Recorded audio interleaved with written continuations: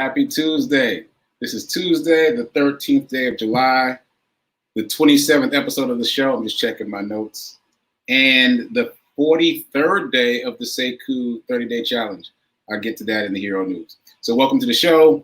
This is the Be Your Own Hero show. The name has changed a few times. This is currently and will stay the Be Your Own Hero show. It's about me doing the work to be my own hero, and hopefully you'll learn some lessons from the lessons I'm teaching myself. So that's what it is. HERO is an acronym. It means helping everyone reap optimism. Also, it stands for High Emotion Radiates Overflow, as defined by Reverend Melissa. So that's where we are. And this is what we're doing. Question of the day. Let me tell you the theme first. You know I'm doing themes per day. So today is Tuesday. It's Tip Tuesday, which means I talk about finance, talking about money. So the question of the day is, what does your inner child think about money? What does your inner child think about money? I know you never thought about that before, right? Because I know I never have. But anyway, I'm reading this book. And I don't know if I can show it to you, but can you see this? No, not really. It's called The Psychology of Money, and I'll read the title. Psychology of Money, Timeless Lessons on Wealth, Greed, and Happiness. The author is Morgan Housel, and it is riveting. The pull quote is basically, the way we think about money is more about psychology than math. Just think about that for a second. It's more about psychology than math, right? So I'm going to tell a story that he tells in the book, and this story really shocked me. So there's this guy, his name is Ronald Reed, and he was the first person in his family to graduate from high school. Not only that, he had to hitchhike every day to high school, so he was very committed, but he was the very first person in his family to graduate from high school. That was the extent of his education. No further education beyond high school. He worked at a gas station for 25 years. Then after that, he retired from the gas station and became a janitor at JCPenney for another 17 years. His house cost $12,000. Got married once, divorced, never remarried, had some stepkids. Now, I'm telling you all this to say that his life was pretty unremarkable, right? When he died in 2014 at the age of 92, he made international headlines. International headlines. Why? Because in his will, he left $8 million to his stepkids and to the local library and to the local hospital. $8 million. International headlines. No one knew that he had that kind of money. And so there was this investigation, people trying to figure out how he got this money. Did he win the lotto? Was there a rich relative? No, none of the above. He made that money himself over the lifetime of his work, without any outside influence, without any tips, without any handouts. He made $8 million on his own as a high school graduate, no further education. Meanwhile, this is also told in the book, there was another Richard who was in the news at the same time. He was a Harvard-educated MBA. He worked at Merrill Lynch. He was so successful that he retired in his 40s to become a philanthropist, right? Big stuff. And then he lost all his money, went bankrupt, lost everything, including the 11-bedroom house with 2 elevators. He lost it all. And so the first Richard, the gas station attendant, the janitor, retired and ended his life with $8 million. And the other Richard lost everything. And so the point of the book is, how can those two things coexist? How can you have a Harvard-educated MBA who works in finance lose all his money as compared to a high school graduate, gas station attendant, janitor, who ends his life with millions of dollars? And the answer is, money is about psychology, not math. It's about psychology, not math. It's about how we think about money. And the book goes on to explain that it's those early experiences in our life, the way that we're raised, what we're exposed to as we're a kid, that determine how we think and act about money later.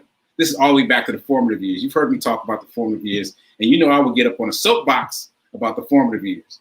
Because those are those early years of life from 0 to 7, where your brain is like a super sponge. It's absorbing everything. Even when you are pre-verbal, it's absorbing everything around you, not just words, feelings, ideas. It's absorbing all of that. And then by the time you turn 8, it codifies it into habits that follow you for the rest of your life. That is mind-boggling. I can't believe I just learned about that. Like, everyone talks about the formative years. We're all familiar with the phrase, but if you go down the rabbit hole on the formative years, you will see that those habits that are created in the first 7 years of your life will follow you the rest of your life. And this is the perfect example.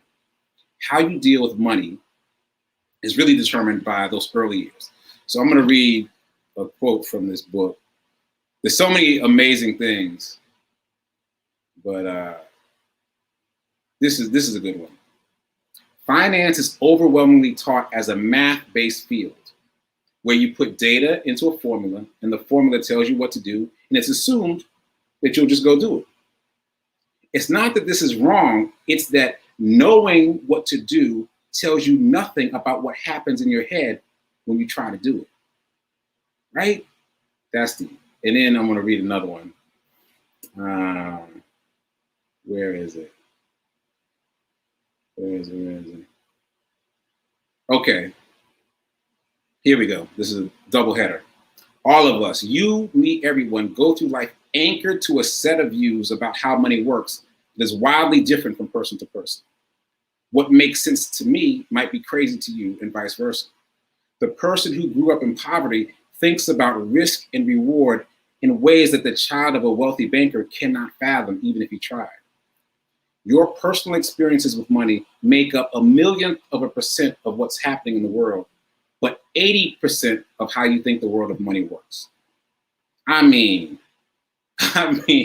that's serious, right? So all of us have to think about, back to the question of the day, what our inner child thinks about money. Because how our inner child thinks about money, the inner child that was created in the first 7 years of life, that is how we are behaving about money as an adult. And you have to really dig into that if you want to change how you interact with money. So that was really mind-boggling for me. And so I've been grappling with that for myself. And I will talk again about my podcast. I created this podcast called Get Rich 101.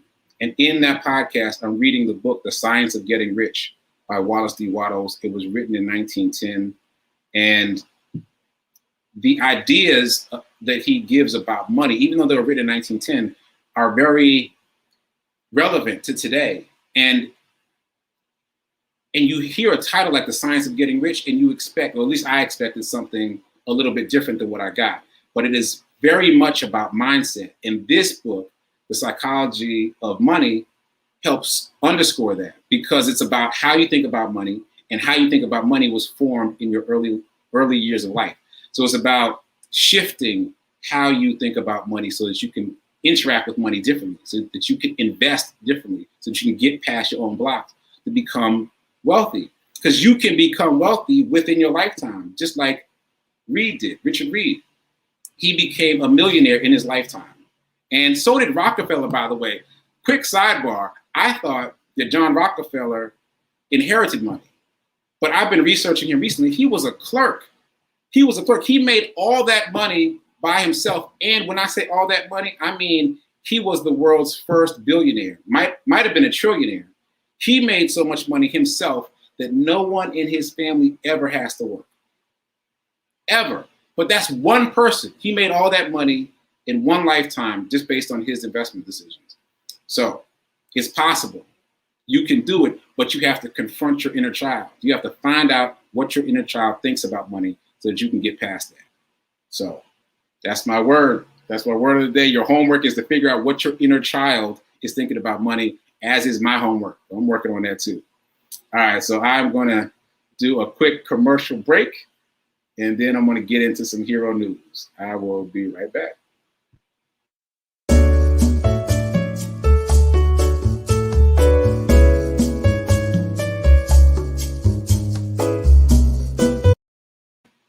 Sorry, I'm laughing at the comments in the chat.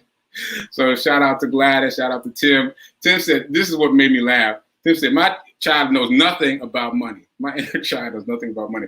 Yeah, you'd be surprised because I know what you're saying, but you'd be surprised at what you absorbed as a youth about money. Your ideas about money were formed by what was happening around you. So it was formed by what your parents thought about money, what was going on in the world. Now, was there a depression going on? Was there an economic crisis going on? Even though you were pre-verbal, you were absorbing those lessons. And that is terrifying to know, but it makes us do the work to think about how to push past those barriers. If nothing else, check out my podcast. I'll put that back up. Oh, I didn't put it up, did I? I'll put that up. And also check out this book. The title again is The Psychology of Money: Timeless Lessons on Wealth, Greed, and Happiness by Morgan Housel. And my podcast, which is free and available to all and is on all podcasting platforms, is Get Rich 101. There it is, Get Rich 101. And you can check that out. Again, not only is it me reading the book, it's me responding to the lessons that I'm learning in the book. And there were some really fundamental mind-shifting things that happened while I read the book. So check out the podcast. Again, it's being listened to in 27 different countries last time I checked. That's not by accident. It's because the information that I got from Wallace D. Wattles is really, really impactful. So go check that out. All right, so hero news. So we're still rocking with the t-shirt drive and the sock drive. If you haven't seen the hero socks, these are the hero socks. Cute socks, right? So we've got about 12 pairs of socks so far. We are gathering hero t-shirts and socks to donate to the third annual Tees and Tea event, which is coming up on July 24th. That is an event that was created by Project Love Strong, a nonprofit here in Nashville that works with the unhoused. So really excited to be supporting them again. This is my second year being involved. And yeah, if you want to help out, just visit the website. I'll put the website up. It's giveherohoodies.com. That will take you to my Etsy page where you'll see the t-shirts. This is actually the Project Love Strong t-shirt. It's got their logo colors in it. And you'll see hoodies, and you'll see masks, and you'll see socks, of course. And those are go-go items, meaning you get one for yourself, and I will gift one to the unhoused. So they get to get brand new items that have never been used before. That was a huge hit at the last unhoused event that I attended. So you can't underestimate the power of giving someone who's unhoused something new, something that they can feel good about. Plus, it's a wearable affirmation. It literally says hero. And as I've moved around in the city, people have called me hero just because they see it on my chest. So I know that that is also happening for these unhoused people, and that must be a bit of a boost. So please help me, help them. Go to the website, and if there's other ways you want to get involved, just hit me up and we'll figure it out. Also, this is the 43rd day of the Sekou 30-day Hero Challenge. Wait, oh, I added a word. It wasn't Hero Challenge, but it is now, though. It is now. First, it was the birthday challenge. During the month of June, I dedicated myself to jogging a mile every day for the month of June, my birthday month.